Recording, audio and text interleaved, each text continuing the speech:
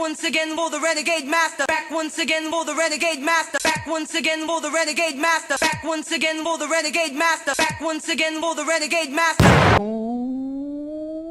Hello my renegades, and we are back. And what are we back to? If you don't know, we are back to Love is Blind, and this time it's season 5 and we are going to get into episode 1. As I always say, please hit that subscribe button, please hit that notification button, so when you know I am back and doing videos. And let's get into this. Let's have a juicy discussion about this season of Love is Blind. All I can say is at the moment is that when it started, they did these little clips as it went through, like probably little bits that may happen in some of the episodes. And I have to say, it looked mighty fiery, but I'm one of these people where I fall into the trap of the edits. Like the edits show me something and I think it's a given that it's going to happen that way. And I'm quite disappointed when it don't happen that way. Let me tell you, very disappointed when it don't happen that way. Anyway, so we all know the gist of what Love is Blind is and what they do in the pods and how they get to know people and stuff like that. I would say the best way in which to weed out what you want and what you don't want is to literally date everybody. I know that sounds bad, but I would do that. I would literally date everybody to basically know who is on my wavelength, who am I going to pin it down to, who am I going to be able to know that if you were to ask me to marry you and we got on well and this, that and the other, that it's going to last. It's about longevity, isn't it? It's about longevity, because that's what these people are actually looking for. They're looking for a relationship, they're looking for marriage, and they're looking for longevity. They ain't looking for no fly-by-night. That's why they say they come on this show. The one question, though, that always gets on my nerves, like really gets my go, is why do they always ask, so what have you come here for? I'm like, it's the same reason that you've come here for. What do you think I've come here for? I ain't come here to play games. I ain't come on TV to the nation to play games. At the end of the day, I've come on here because I'm sick and tired of the dating pool, and I literally want some concentrated goodness in my life. So this is how I am going to go about it, and it's easier doing it in the pods. Well, they say it's easier. I don't think it's easier. They say it's easier, but from what I've seen, it's as messy as the fucking dating pool out there in reality. That's what I've seen. So we see Sandra first, and she's talking about what she wants, and she wants to get to the core of a person. My thing is you are not seeing these people face to face. You ain't seeing their reactions. You ain't seeing their expressions. You ain't seeing if they're lying to you or not, or whether they're going to be just doing shit to try and impress you. Do you know what I mean? So you can pick them. Because basically for them, it's all to play for in that sense. Yes, they're there in order to try and get this relationship of the year that they want, which only a select few on Love is Blind actually do get, if you think about it. Only a select few manage to last the years together and make a life. But that's because they have the same type of goal in mind.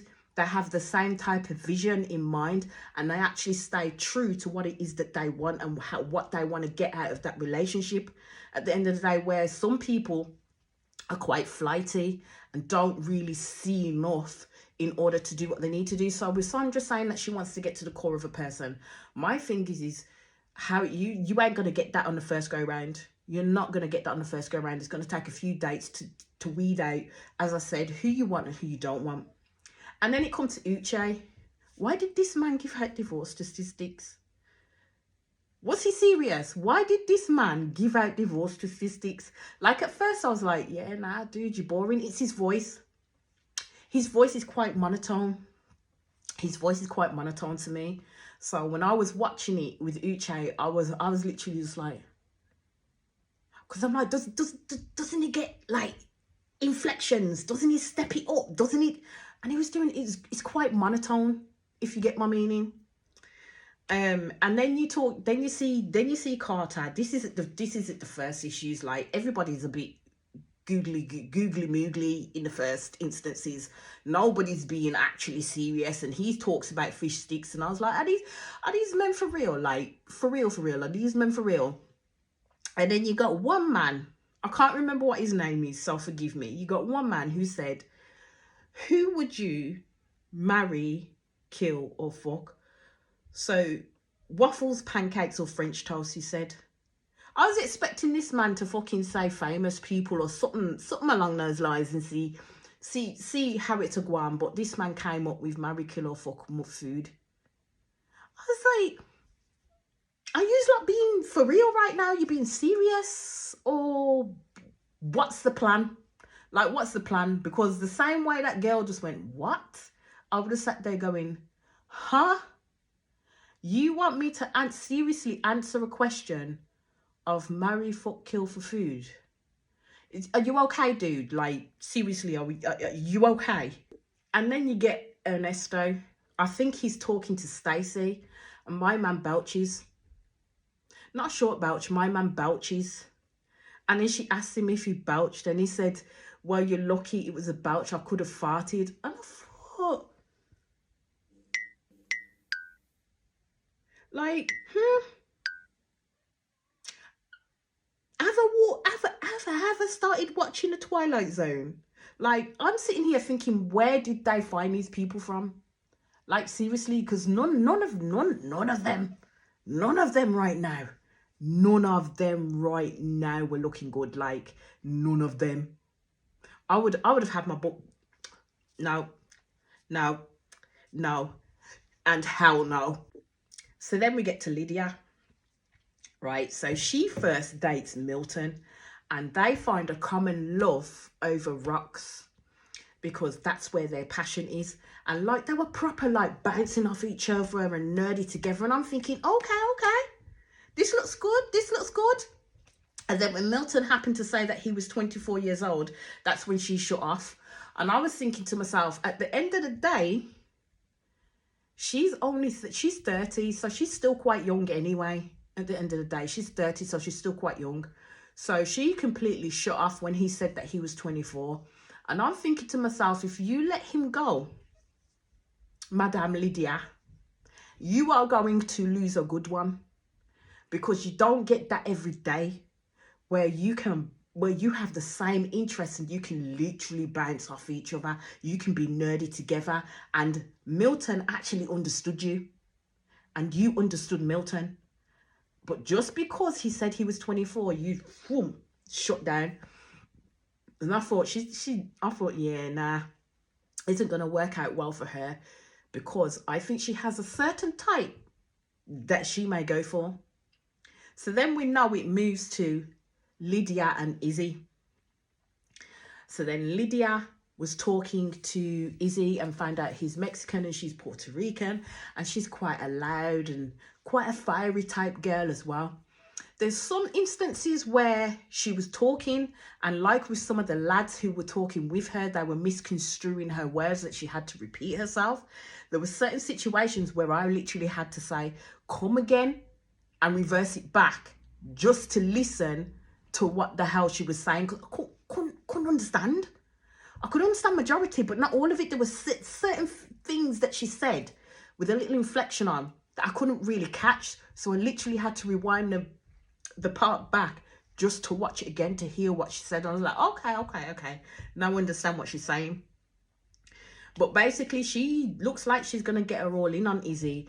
But my thing is with Izzy at the moment, because I know within this episode he talks to quite a few girls, and his plan is to talk to all of them and see where basically see where he's going to put his hat in terms of who he's going to gravitate more towards. And Lydia was definitely one of those girls. Stacey was one of those girls, and Johnny was one of those girls, basically.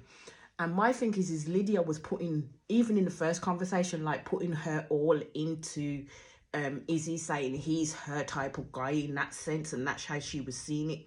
And then she turns around and says to him, well, when are you going to propose to me? And I'm like, call your jets. Girl, call your jets. Like, seriously, call your jets, because even though I would say her and Izzy had a good conversation. She didn't bounce the way she bounced with Milton, if you get my meaning. She didn't have that snapshot camaraderie, talking about interests, this, that, and the other, the way that she had with Milton. She didn't have that with Izzy, and that's how I saw it. So basically, a little bit about Izzy. He said he's been single for 2 years, and he says that being in a pods is better than an actual dating world. Dating world, actually, in reality, is a cesspool. You literally have to weed through the mire to get to someone good. But he's saying it's better in the pods. But my thing is at the end of the day, you still have to weed through it all to get your strongest ones. But I suppose because they've been handpicked in terms of who's going to be there, you only have to go through a select few. It's not like a whole realm of jumping out into dating apps, jumping out into clubs, jumping to here, there and everywhere in terms of how you meet people and then how you try and forge relationships that way. So then it moves to Izzy and Stacey talking, and you can see the difference between Izzy and Stacey and Izzy and Lydia straight away in the way that they talk to each other, where basically Stacey is not all that open.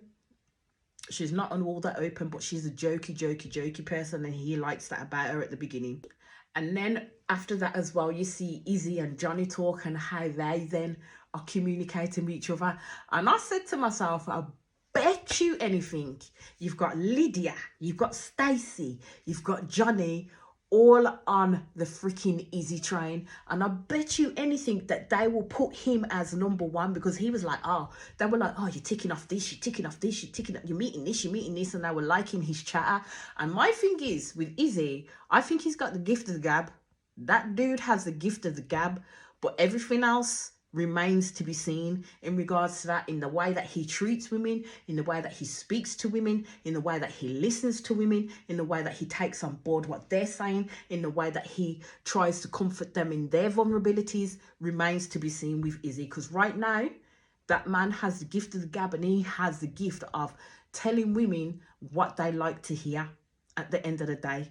That's what he's doing right now. He's literally setting down his tabs of who it is that's interested in him, and he's playing the room, is how I see it. Izzy is playing the room, unbeknownst to the women at the moment, because they haven't spoken about who they're dating or who they're interested in, but he's playing the room. But each of the women that he's speaking to, especially I think Lydia, and especially I think Johnny, are thinking that he's the only one that he's talking to them like that, whereas Stacey is a little bit more clued up.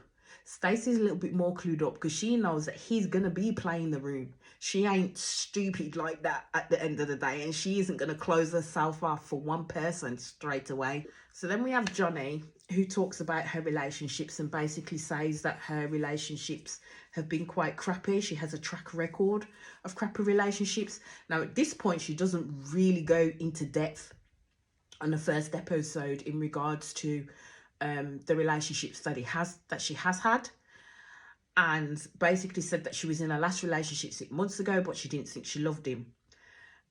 So I'm like, well, how will you be able to maneuver in this environment and be able to actually figure out what's in your best interests if the relationships that you keep going for are with crappy people at the end of the day? Because I know that she did say that she tends to go for people who have addiction issues. And then I kind of thought, well, okay, if your relationships are crappy, wouldn't that essentially mean that you may be the problem as well? And I would say for that one, answers on a postcard, please. Because I just want to know, wouldn't that essentially mean that Johnny has an issue in terms of the people that she picks, and then the people who she wants to try and build a relationship into love, knowing full well that she's going to be dealt a lot of cards that are going to be very, very hard. So if you have a constant track record of crappy relationships, wouldn't then the issue become you being the common denominator and you also being the problem? something to think about, I think. Something to think about. So then we find out more about Izzy and Johnny. And basically, Izzy was engaged once before and Johnny was married once before. Didn't seem to freak Izzy out at that point, at the fact that she was married once before. And I was like, at the end of the day, they're talking to a wall. Are they not? They're talking to a wall. As again, I've said, you can't see their expressions. You can't see what they're really thinking about you, because it isn't until you talk to a person face to face that you will actually understand how your words are impacting and affecting them. Because I would always say, in this game with Love is Blind, words are everything. Like, words are everything, because they are the pinnacle of a successful relationship or a successful date. But they're also impactful in terms of whether you can hit a person where it hurts or to the core, or upset that person to a degree. So words are always very powerful. So Johnny was talking about the fact that, you know, it was hard for her in terms of her mum turning around to her and saying that maybe she's not meant to be in a relationship. And I'm just like, no, maybe it's just the people that your daughter was picking, my love. She basically was picking people with addiction problems. I don't know if she was thinking that she could fix them, that she could help them, that she could support them. But my thing is always, in terms of addiction, it has to be down to that person in order to get to a point to figure out that they need help for themselves. Because no matter what you do is not going to help or support them. They know what they have to do, but they have to be at a point in their life to say, actually, I do want the help and I do accept the help and I do want the support. If they are not at that point, then you're flogging a dead horse. That's all you're doing. You're literally flogging a dead horse and making it harder for yourself. So I don't know if Johnny in her mind was thinking that these are people that she wanted to support, that she felt she needed to fix. That's how I'm seeing it. But as her mother said, no, love. It's the people your daughter was picking at the end of the day. So then you see Chris and Johnny start to have chats and connect with each other. And Chris is literally, I think, putting all his eggs in one basket with Johnny, because he really does like her. And he thinks that he has a really good connection with her. And basically he talks about like what careers to do. But for me, I would say initially their chat was not connecting with me. Like, it wasn't really connecting with me. She does talk about her relationship status and the issues that she's had with her relationship. And she does actually admit that it was her picking the wrong people at the end of the day. But he was saying as well that he's checking her on her list. So basically she had top position on Chris' list. I think she was the only position on Chris' list, to be fair. Don't get it twisted. She was the only position number 1 on Chris's list. But with Johnny, she had another person on her list, and we will see across the episode how that plays out. So as the dates end and they kind of like, they're going back to the men's quarters, and you know, the men will start chatting, the women will start chatting about the dates. So Milton is going on about Lydia in the men's lounge. And then they ask Izzy straight out, like, how's it go for him? And he's a closed book. He's like, he is not telling nothing. He's not going to be dishing no dirt in terms of his dates at all to these men. And I'm thinking, these men, these people, some of these people have learned. If they've watched the other episodes of Love is Blind, yeah, keep that shit to yourself. Because jealousy and competition within that area is a bitch at the end of the day. And these people ain't come to play. These people have not come to play. So basically, I can't believe Stacey called Milton a hot mess. At the end of the day, Milton is 24 years old. Milton is 24 years old and achieved things that most 24 years old don't flipping achieve. Either before they're 24, after they're 24, or even when they hit middle age, you know what I mean? So I don't think Stacey understood Milton, and that's why she called Milton a hot mess, which was completely unfair, because Lydia understood this boy. I can't even get my words out. Lydia understood Milton, and Milton understood Lydia. I think the only thing, as I said, that's standing in their way is his age.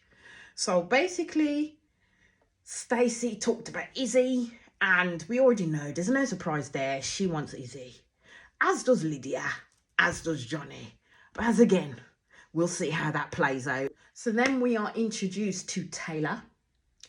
And Taylor has basically got to a point where she is now truly loving herself, whereas before she didn't love herself. And I thought, well, in this show, you've got to find some love in yourself, because this show is absolutely freaking brutal. At the end of the day, you've got to have confidence in able to sell yourself enough, because that's what you're doing. Essentially, if we think about it, that's what you're doing in this show. You're selling yourself to this person in order to make that connection, because you don't have the physical connection at the end of the day in front of you. It's the emotional connection that you're building with that person. You're listening to how that person speaks. You're listening to how that person thinks. You're listening to how that person works, basically. And it's the words, as I said, words are impactful, and it's the words that they're talking into you to see whether you will take that on board and say, actually, you know what? I feel this. I feel this. And that's where it is with Tyler and JP at the moment. I mean, they seem to get on well. It's initial stages, but they seem to really get on well. Now, this is where I mean emotional intelligence, or some type of intelligence, and being open and honest comes into play. Because then we see Uchi and Miriam. And I'm like, this guy is asking Miriam questions and she is being evasive as hell. Like, he asked her about her job, he asked her about her college degree, and this girl's like jumping from one corner to the other. But 2 plus 2 is not equaling 4 up in here, it's equaling like 5 or 6. She's not making much sense at all. She was cagey on her work, but then said she works in the Middle East, and then told him that she would move back in a couple of weeks. And he was like, well, when are you moving back? And then in the next breath, she told him that she'd already moved back. I'm like, seriously, my love, make up your mind. Make up your mind, because not only are you making Uchi's head spin, you're making my head spin. Make up your mind. What are you doing? What are you doing? Because right now, you're coming off as a bit of a liar and indecisive. And the fact that you're cagey, you're hiding something. She wasn't, and I'm like, you're looking for someone to marry, potentially. So you're not doing yourself any favours by taking the route that you're taking. And then we see Uchi have his date with Aaliyah, and they hit it off like straight away, like completely straight away. And it was good that they both had kind of a nerdy vibe, and Aaliyah's quite open, and she was open to talk in that sense. And Uchi was saying that yes, he's a lawyer, but he also owns a software company. He then says that she is ambitious and he's motivated because he sees it in Aaliyah too. And I was like, yeah, Uchi got on better with Aaliyah than he did with Miriam, because I don't know what was going on with that girl, but yeah, she shouldn't have come on Love is Blind if she weren't going to be open and honest at the end of the day. So as we have to get to is the sex talk within this bloody show. The sex talk is going to come up at some point, like seriously come up at some point.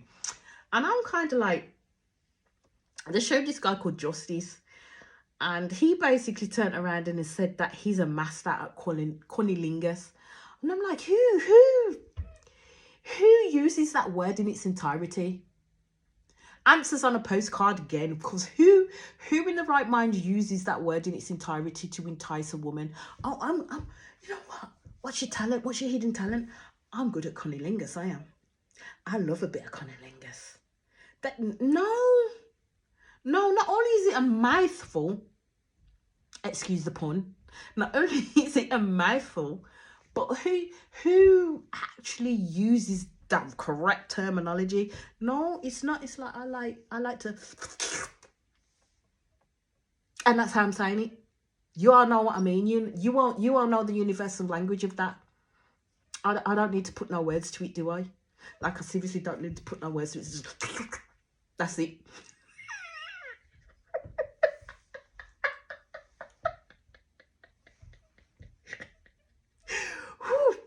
Okay, bring myself back into the room. Oh, lad. And it's the fact that he said that it's his talent, and people have been telling him that it's a talent. And I was just like, how many snatches have you been trying to catch, my guy?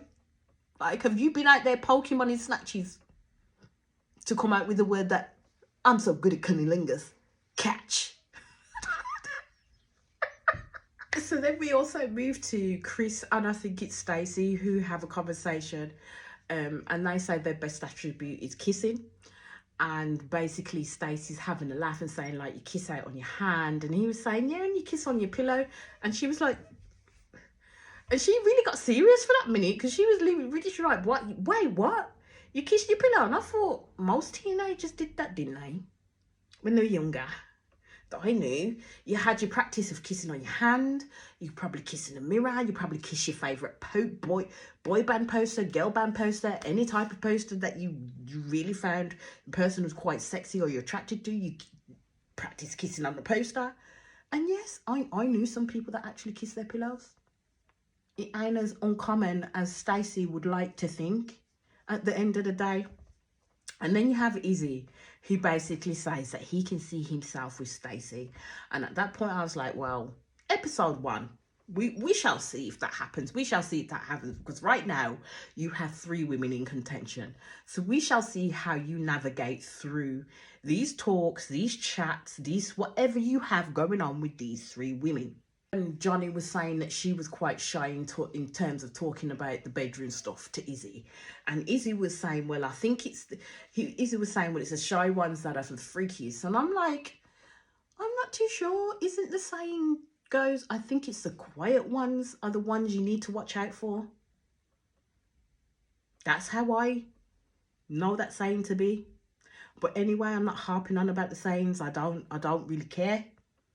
I'm a quiet one now. Yeah, I'm a quiet one.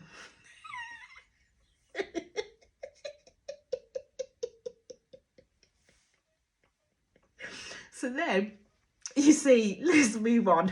I need to stop this shit.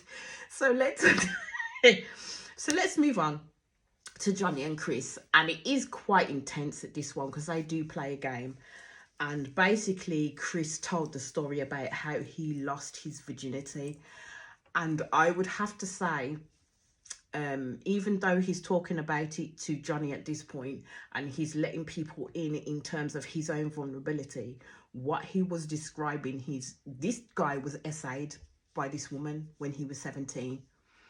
And I was sitting there like, shit, this is deep. Like, this is deep. I can't even make, I'm not even, as I said, not even get my words out. I can't even make jokes about it because that was literally deep. And it took him a lot to sit there and literally say what had happened. And the fact that he told everybody that he lost his virginity in a different way, but he actually didn't. His virginity was taken from him. So he was essayed, and my thing is I don't even think, as he confirmed later on, he'd not spoken to anybody about that, which must have been a bloody big thing for him, especially going through relationships. It must have been a bloody big thing for him. And I thought, wow, the fact that he came out to Johnny with that speaks volumes as to where his view was of Johnny and where he'd put Johnny in his mind and his estimations. But the fucked up thing from that is I think Johnny liked Izzy a lot more than she liked Chris. I mean, she didn't make him feel bad in any sort of way. She didn't say sorry to him that happened to him, and that the fact that, you know, that the girl in question shouldn't have done those things to him. And she did reassure him in that part. And now we'll move on to freaking Lydia and Izzy's disastrous freaking, I don't know if it's second, third, fourth, fifth date. I really don't know. But this is how you knew in this date that this man didn't want nothing to do with Lydia. He didn't want Lydia. Lydia was not in the running. But the thing with Lydia that I seen in this conversation that she had with Izzy is that she didn't read the cues. She was talking so much that she didn't listen to how he was responding to her, because even though she was going off a mile a minute and she turned around and asked him the question if he felt the same way This man hesitated, and then went, yeah. But it wasn't the kind of, yeah, of course, I can't wait to talk to you sort of way. It was a, yeah.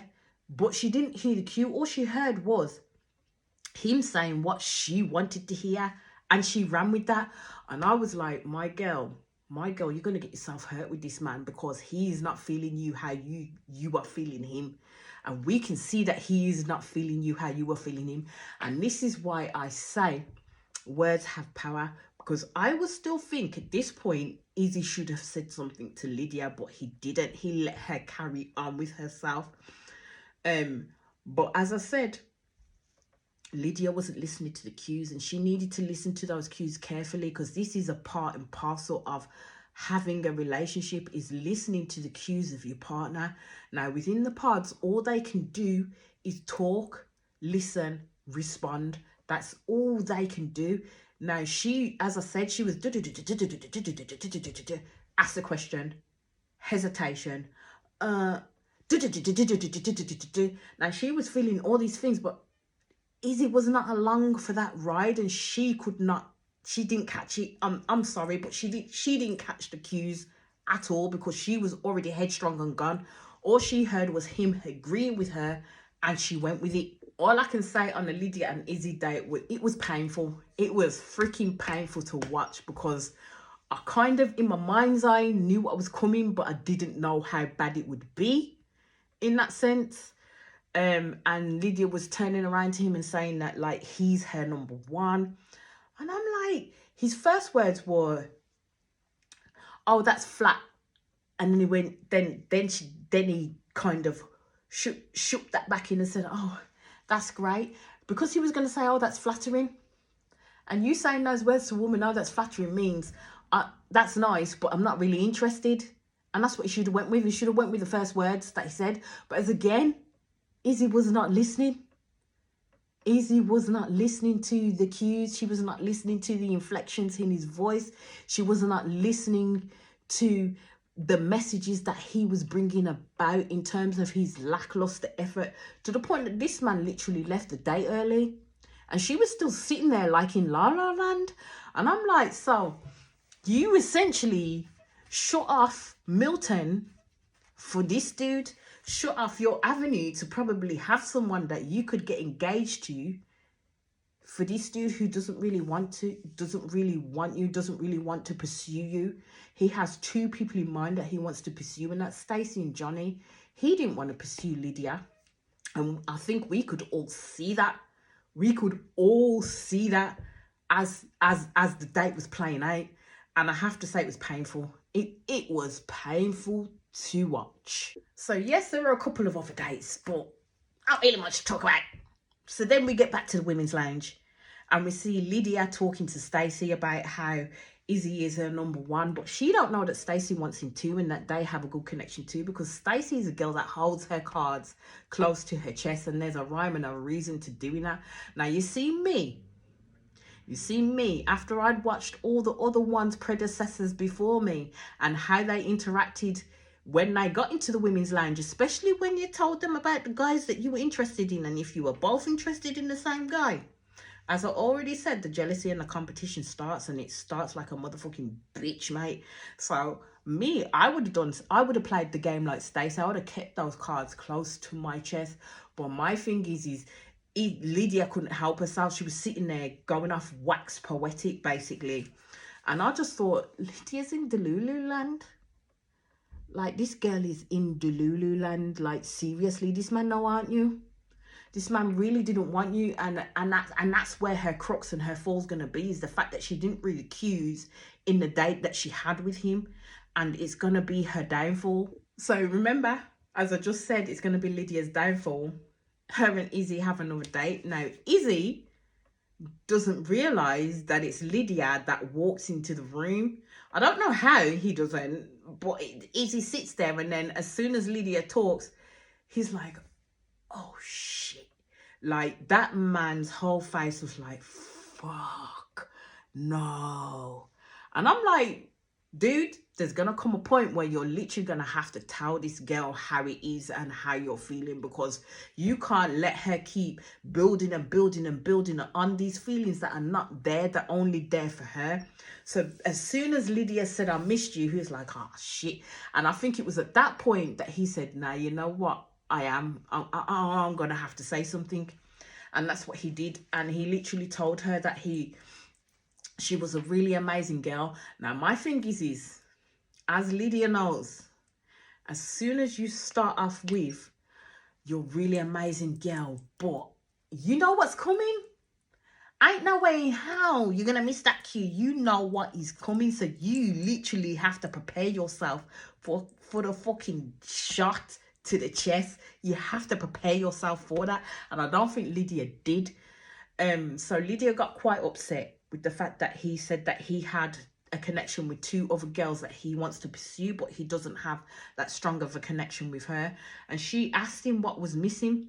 And he was honest with her when he said it's the chemistry. Now, note, he didn't say anything about her character.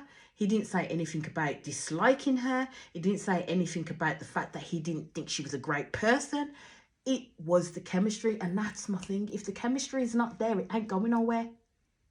That's how I see it. If the chemistry is not there, it ain't going nowhere. And then Lydia cried. And I'm like, my girl. I'm like, at this point, has it been a couple of days? Like, a couple of days that you're starting to get to know these people? Because at the end of the day, he did ask her previously in the date where he was non-committal, is she making connections with other people, because he's making connections with other people? And she did say, yes, there's one person that she's spoken to, which we know is Milton. But my thing is she should have carried on those other connections, because this is what everybody's going to be doing. They're not just going to be dating you, and you have to be prepared for that. But Lydia, I don't know if she had illusions of grandeur in her head, where she thought that this is exactly where she is with Izzy, and Izzy is on the same page, where in actual fact, Izzy did not give her any indications that he was on the same page with her. Did not give her any really indications, except for the bullshit answer where she said, do you feel the same way? And he went, yeah. That bit, I would say he shouldn't have, because that probably led into the shit that's going on now, to the point where he literally had to have that conversation with her to let her know where he stood. And she literally broke down. Like, she went into the girls' lounge and literally broke down, and then had people talking to her. And I'm like, but he was honest with you. Like, she literally took it as though, as she said, he just wants to find someone that will love her for her. At the end of the day, he didn't come for your character. And that's what I'm going to say. At the end of the day, he didn't come for your character. He didn't come for your character. He didn't come for how you sound. He didn't come for anything. He just said chemistry was not there with you two. But she took that to mean something else. And that's a Lydia thing. That's a thing that Lydia has to work on. That's not an easy issue. And that's how I'm going to see it. So then we move right to the next head duo motherfucking drama, which is Uche and Aaliyah. So basically, they're having a conversation, and basically, Uche tells her straight that Aaliyah is his girl. So they talked about their deal breakers, and it was dishonesty, and it's dishonesty on both sides. So basically, Uche asked her questions in terms, and then it moved to the have you cheated question. And she did say that she cheated once. And basically, the person that she cheated on was someone that she was with 2.5 years ago, because she wasn't sexually satisfied. So she said it was 2.5 years ago. Now, to me, that's 2.5 fucking years ago. It's the past. That's how I'm seeing it. It's the past. But he called her a recent cheater. To me, I don't think she's a recent cheater. But as a woman, I will think of it differently to how a man will think of it in terms of cheating. But let's just put it this way. He asked all the questions. He asked the valid questions at the end of the day. And she was saying that she stayed to try and really fix the issues with the person. But the way in which Aaliyah was talking, it didn't help her. It didn't help her case with Uche, and everything was just literally crumbling right before my eyes. Like between them two, it was literally crumbling. And she was basically saying that, like, you know, she was afraid of being alone and that's why she didn't leave him. And I just thought that's a cop-out. That's an absolute cop-out at the end of the day. Because if he's not treating you right in a certain type of need, he's never going to do that for you. Because you then may become a serial motherfucking cheater if you just stayed with him. Let's just put it that way. But also on the flip side, I would say that if it was reverse and Uche was saying this to Aaliyah, she wouldn't have went off the way in which Uche have went off. But I would say again, Uche was asking the valid questions. And basically, as I was going through it, and I think Uche came to the same fucking reality, is the fact that, you know what, it's not about you. At the end of the day, it's not about you. It doesn't affect you. This is about Aaliyah and then how she moves going forward in her next relationship. That's what this is about. But then it's the fact that she left and literally broke down outside, and he was then still talking and then turned around and said that the fact that she told him this was a good thing. My boy, she didn't hear a word you said. She didn't hear a word you said once she left that room. So I was kind of like thinking, I hope to God that they're able to sort that shit out.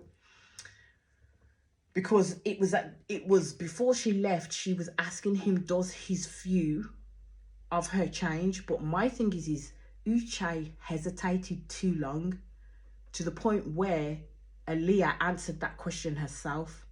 My thing is, if you wanted to tell her the fact that she was honest and let it out, and she didn't have to tell him, but she did.